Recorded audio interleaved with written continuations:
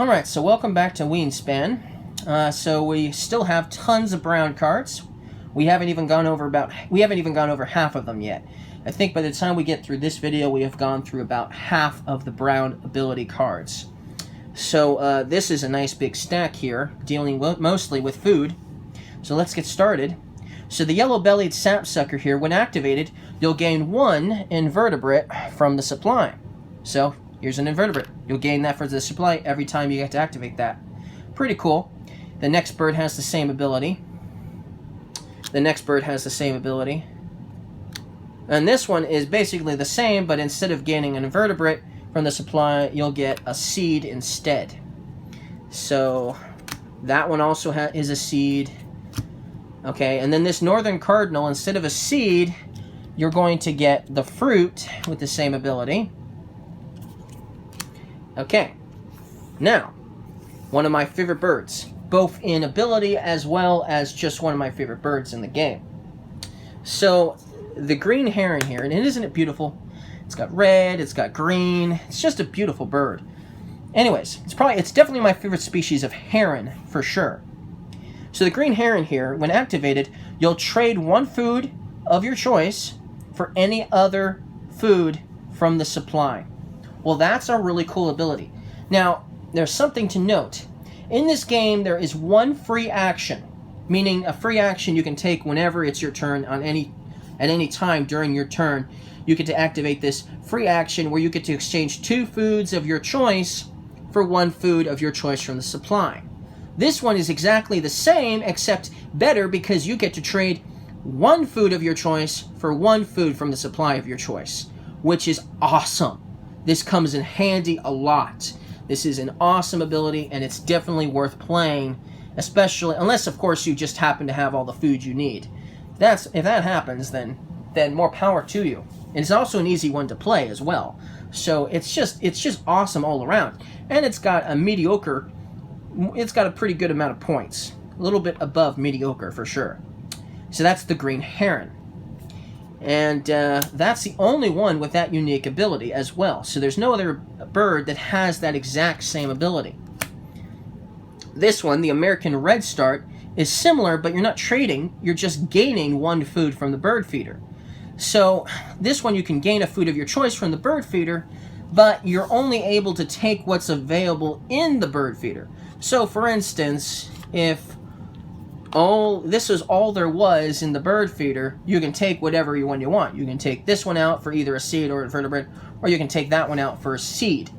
But you're obviously not going to be taking a food of your choice if there's a limited amount of choices in here anyways. So that's something to note. But that's how that one works, the American redstart. And that's the only bird with that ability. So another unique ability for a bird in this game. Alright, so this one is the hermit thrush. When activated, players with the fewest birds in the forest gain 1 food from the bird feeder. So it's similar to something we did in the last video, but this one is still pretty cool. You obviously get to choose whatever happens to be in the bird feeder, which if there's only so many dice, obviously you're only going to take out 1. But then everybody who is sharing that, as in the fewest birds in the forest, is going to end up taking that as well. So if there's a tie, let's say one player has 2 birds in the forest and the other 2 players, they have 1 each. Well, they're each going to take 1 of these out and they're going to get the corresponding food for it. But that's how that works. And so birds for the forest, for instance, that's how that one would work. And that's the only one in the pile here with that ability. Okay, next one we have the Anna's hummingbird. Each player gains 1 food dice from the bird feeder, starting with the player of your choice. So you can choose yourself, you can choose another player, and then it'll go clockwise. It'll go clockwise from there if you're playing with more than 2 people. But yeah, you get to pick which food you want. And there's a reason why this could be advantageous depending on who you choose first. Let's say, for instance, you play this ability and there's only 1 dice in the tray. You can choose so-and-so to choose that dice because you don't want it anyways. and then there'll be no dice for the rest of the players. So then you're going to have to, obviously, do this to obviously get more dice. And then you'll have, obviously, a lot more options than you did last time. And then, of course, you'll be able to choose much better food choices, obviously. So that's how that one would work. And the next one, the ruby-throated hummingbird, has the same exact ability. And those are the only two birds in the whole game that have that ability, unless you have an expansion, and I don't know what any of the birds in that one do. So, next we have the western tanager. This one is gain one invertebrate or one fruit from the bird feeder if there is one. As you look, there is none.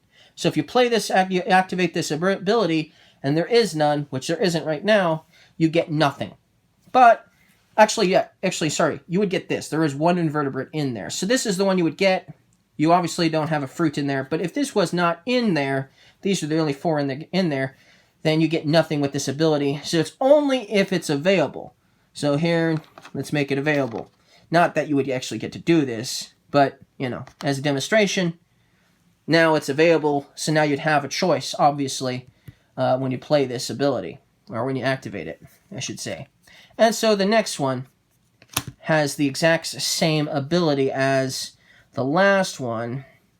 Same thing with the next one. This one is exactly the same, with the exception that this one only lets you do an invertebrate instead of both an invertebrate or a fruit of your choice. This one only works if there's an invertebrate. This one is similar, but once again, it's only a fruit and a seed. And then the next one after that is a different ability. So that's it for those particular abilities for those birds. So there's 1, 2, 3, 4. There's about 4 birds with that particular ability in the game. All right, now it's time for the bird that is sitting on the box. So if you buy Wingspan, this is usually the first bird you'll notice on the box of Wingspan, the scissor-tailed flycatcher. So with this ability, all players gain 1 invertebrate from the supply, which is nice. So this isn't contingent on the bird feeder. It's just contingent on food and the supply, which isn't really contingent since there's usually tons of this. So all players are going to gain 1 of these from the supply when you play this ability. And the next bird has the exact same ability. And the next one has the same ability, except instead of invertebrates, you're going to get fruit. So same thing with this hummingbird here. This one has the same ability, the osprey, but instead of getting fruit, it's going to be fish. This one is going to be seeds. So here we have seeds with this one. And this one's going to be seeds. Oh, no. Sorry. This one are not part of that stack. So the juniper titmouse and down is a different type of ability. So anyways, the birds that have those abilities where all players get 1 food from the supply, there's only 5 of those birds in the game. Alright, so the rest of these birds all have the same ability with the exception of some variation. So this is an ability called caching food on birds, basically. And so all of these are going to be focusing on that ability, doing it differently, of course, and doing some different variations. So when you gain 1 seed from the supply, you'll gain 1 seed from the supply when you activate this one, and then you'll also get to cache it on this card. So some players may not like that, but it's a nice ability, and it's not like you have a choice. So it's certainly worth still playing regardless of the case if you played it. It's definitely worth playing because every food card that's sitting on birds at the end of the game will be worth a point at the end of the game. So doing this is definitely a smart move. So that's what you'll get to do every time you activate this. You won't get to take this food off, though. It will stay there for the rest of the game, so you won't be able to use it to obviously pay for birds. So the next one has the same ability as that. It's also a seed. Same thing with this one here. And this one here has the same ability. The chickadee. The chickadee has the same ability. And there's something definitely interesting about chickadees. They'll say chickadee dee dee dee dee dee dee dee. The more D's they put at the end of chickadee means the more distress they are in, or something that's scaring them, for instance. So once again, this is the same ability. And so those all have the same ability. But this one here is a little bit different from the rest. So this one, you'll gain 1 seed from the bird feeder if available. You may cash it on this card. So here's the thing. You'll gain 1 seed from the bird feeder if the bird feeder has one. And it does currently. So you'll take obviously take this out. You'll gain this. Now, you may cash it on this bird. You don't have to with this one. You may. You're going to gain this. So you can add it to your supply because you're gaining it. Or you can cash it on the bird for points. But if you're going to cash it, it stays there for the rest of the game. So that's pretty cool. But it's only going to work if it's actually available in the bird feeder. If it isn't, then there's nothing you can do. And the next bird has the same exact ability. So does the next one, the blue jay. And so does this one. And so does this one. And so does this last one, the Stellar's Jay. So they all have the same ability as that. And they're all going to be seeds too. So birds that cache food on bird cards, or on them for that matter, there are 3, 4, 5, 6, 7, 8, 9, 10, 11. There's 11 birds that are part of that. 11 birds. So that's pretty cool, for sure. Alright, let's do another stack, and then we still have 2 more stacks to do of brown bird cards. So, I didn't want to do these first, because to understand some of these here, you should know how the other ones work. So I decided to choose these for an end of a particular video, like this one. So, the chimney swift here. When activated, if this bird is to the right of all other birds in this habitat, move it to another habitat. So, let's kind of do a demonstration of that. Here's the osprey. Let's say the osprey was here, and the chimney swift was here. When you activated this ability, you could move the chimney swift to one of the other one of the other rows, like this one here. You would always move it to the left farthest you can go, of course, and you could even move it to the forest if you wanted to. But that's how that would work. Now, if it was trapped, so let's say the blue grosbeak over here was on the right of the chimney swift. The chimney swift can't activate its ability now. It's trapped. So it's only when it's not trapped when you'd get to activate it. But that's how that would work. There's lots of birds with this ability, of course. It's not just the chimney swift that has this ability, but the blue grosbeak has it, of course.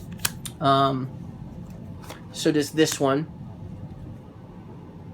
So does this one. And that one. And that one. And that one. And that one. And that one. Oh, not that one. So, all of those birds have the same ability. And you might run into a bird with this ability. And there's 4, 5, 6, 7, 8. There's 8 of those birds with that particular ability. Now, there are 3 more in this stack I want to cover in this video. So let's get started on that. So, this one here, the northern mockingbird. When activated, repeat a brown power on one other bird in this habitat. So this is provided you have another bird in the same habitat, let's say the wetlands here, that has a brown ability. If you don't, then doing this does nothing for you. But this would allow you to repeat another bird ability that was in the same spot as this.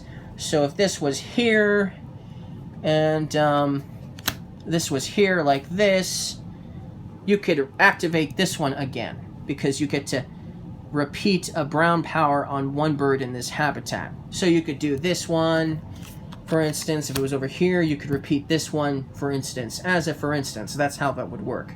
So you get to activate this twice in a single action, which is really cool, obviously. And so that is just one, but there's 2 of them that have that exact same power. Only 2. So the chances of you running into these birds, since there's only 2 of them that have that power, is still slim to none, of course. Now, we have one more bird in this grouping here to cover. This one is the hooded merganser. I'm hoping I'm pronouncing that right. So when activated, you'll repeat 1 hunting or fishing power in this habitat. So let's grab a fishing power, because that's usually what is the case when it's in the same habitat as this one. So the fishing powers is not something we've gone over yet. There's fishing powers and there's hunting powers. So the Iniga here, or otherwise known as the snake bird, another one of my favorites, it has a symbol, this exact same symbol as the one that's on this card. And all birds that go fishing and all birds that go hunting that have these abilities will have that symbol, and so you get to repeat one of these abilities that happen to be in the same habitat as this one here. So that's how this one would work. You'd get to do this one twice, basically. And we will go over what this one does in the next video.